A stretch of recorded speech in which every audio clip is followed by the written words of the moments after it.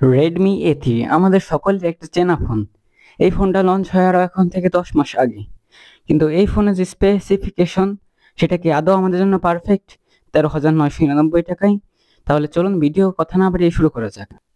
এই ভিডিওতে থাকবে এই ফোনটির পুরো রিভিউ। চলুন ফোনটা আনবক্স করি এবং ফোনটার ডিজাইন কিন্তু দেখতে অনেক সুন্দর। এটা কিন্তু দেখে মনে হয় না যে 13,999 টাকার একটা ফোন। এটা দেখে মনে হয় অবভিয়াসলি 25 থেকে 30,000 টাকার একটা ফোন। এই ফোনের বক্সে আপনি পেয়ে যাবেন অবশ্যই ফোনটা এবং ফোনের সাথে পেয়ে যাবেন এবং ফোনটা কিন্তু দেখতে অনেক সুন্দর। এটার যে স্ক্রিন সেটা হলো 6.79 ইঞ্চি। আর এটাও কিন্তু অনেক একটা বড় সড়ো ফোন এবং পিছনে ভেগান লেদার আছে যার জন্য প্রিমিয়াম ফিল হয়। এবং এর ক্যামেরা মডিউলটা কিন্তু অনেক বড় এবং ফ্রন্ট ক্যামেরা হিসেবে আছে 6 মেগাপিক্সেল এবং চার্জার আছে 10 ওয়াটের চার্জার, যেটা খুবই কমতির বিষয়। ফোনটির যে পিপিআই 257 পিপিআই এবং এর রিফ্রেশ রেট হলো 90 হার্টজ এবং এর যে ব্রাইটনেস সেটা হলো 500 নিটস এবং এটা কিন্তু আউটডোরে বেশি ভালো দেখা যায় না, এজন্য আউটডোরে ব্যবহার করতে গেলে একটু প্যারা খাবেন। সো এই ফোনটা রিফ্রেশ কিন্তু মোটামুটি ভালোই বলা যায়। সিকিউরিটি হিসেবে আছে সাইড মাউন্ট এন্ড ফিঙ্গারপ্রিন্ট। এটা কিন্তু মোটামুটি ফাস্ট অ্যান্ড অ্যাকুরেট বাজেট অনুযায়ী। এই বাজেটে মোটামুটি ফাস্ট, কিন্তু অতটাও ফাস্ট না, এভারেজের কাতারে থাকে।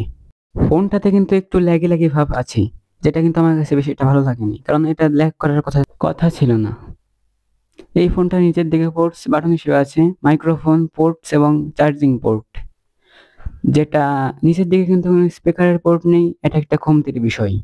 উপরের দিকে আছে একটা মেইন স্পিকার এবং হেডফোন পোর্ট, এটাও কিন্তু কমতির বিষয়, কোনো আইআর ব্লাস্টার সেন্সর নাই এবং এটা কিন্তু সিঙ্গেল স্পিকার যার সাউন্ড কোয়ালিটি অতটাও ভালো না, যেটা ডুয়েল হলে ভালো লাগতো। এবং হেডফোন জ্যাকটা অবশ্যই উপরের দিকে মানানসই নয়, এটা নিচের দিকে লাগলে বেশি ভালো লাগতো। ফোনটির ডিসপ্লে হিসেবে আছে 6.71 ইঞ্চি একটা IPS LCD HD plus 720x1650 পিক্সেলের 268 PPI ডিসপ্লে। এটা কিন্তু অবশ্যই কমতি। এখানে অবশ্যই যদি ফুল এইচডি প্লাস দেওয়া যেত তাহলে অবশ্যই ভালো হতো। এবং ডিসপ্লের উপরে পাঞ্চেল কাট আউট না দিয়ে দেওয়া হয়েছে you shape notch display camera, যেটার রেজলিউশন হলো 5 মেগাপিক্সেল। এটা কিন্তু একটা কমতি। এই বাজেটে কিন্তু অবশ্যই 8 মেগাপিক্সেল দাবি করতে পারি। এবং ফোনটির ব্যাক প্যানেল হিসেবে রয়েছে ভিগান লেদার, যেটা দেখতে কিন্তু মোটামুটি সুন্দর লাগছে এবং ডিজাইনটা অবশ্যই আমি বলবো যে সুন্দরই লাগছে। কিন্তু ক্যামেরা বামটা অনেক বড়, এখানে মাত্র দুটো ক্যামেরা আছে, তার জন্য ক্যামেরাটা এত বড় করা উচিত হয়নি। মেন ক্যামেরা হলো 8 মেগাপিক্সেল ব্যাক ক্যামেরা, যেটা অবশ্যই আমি মনে করি অনেক কমতি, কারণ এই বাজেটে সবাই 13 বা 50 দিয়ে থাকে। সেই বাজেটে আমাদের রেডমি দিচ্ছে মাত্র 8 মেগাপিক্সেল, এটা মেন শুটার। এর পাশেই রয়েছে আরো একটি ছোট ক্যামেরা, আর একটি দুধ ভাত সেন্সর, যা কোনো কাজেরই না।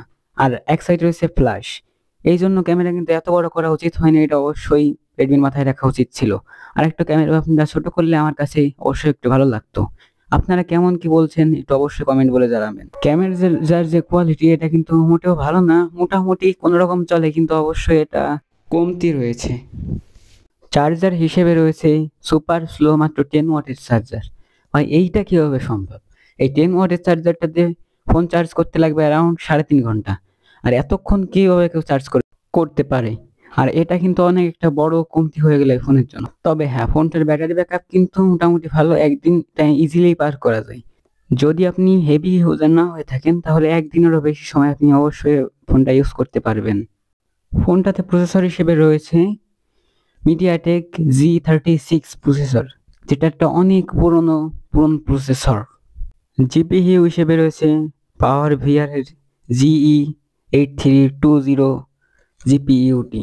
এটাও কিন্তু মোটামুটি ভালো, কিন্তু প্রসেসরটা আমার কাছে ফোনটার প্রসেসরটা একটু বেশি কমতি মনে হচ্ছে, কারণ এই বাজেটে অনেকে G85 এর মতো প্রসেসরও দিয়ে থাকে।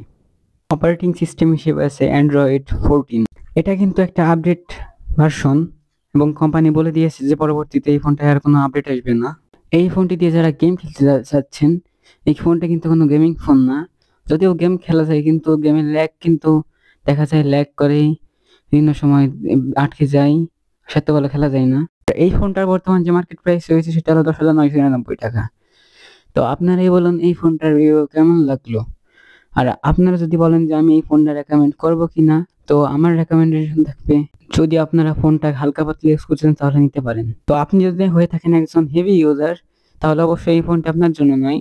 সেক্ষেত্রে আপনি কিছু ফোন দেখতে পারেন, যেমন টেকনো স্পার্ক গো 1, রেডমি 14C, রেডমি A3 থেকে অনেকটাই ভালো পারফর্ম করে এবং এর প্রসেসর, ক্যামেরা এবং ডিসপ্লে অনেক ভালো রেডমি A3 থেকে। টেকনো স্পার্ক গো 1 ফোনটার রিভিউ আমাদের চ্যানেলে দেওয়া আছে, আর যদি কেউ রেডমি 14C রিভিউ চান তাহলে অবশ্যই কমেন্টে জানাবেন, আমরা রেডমি 14C এর রিভিউ দেওয়ার চেষ্টা করব।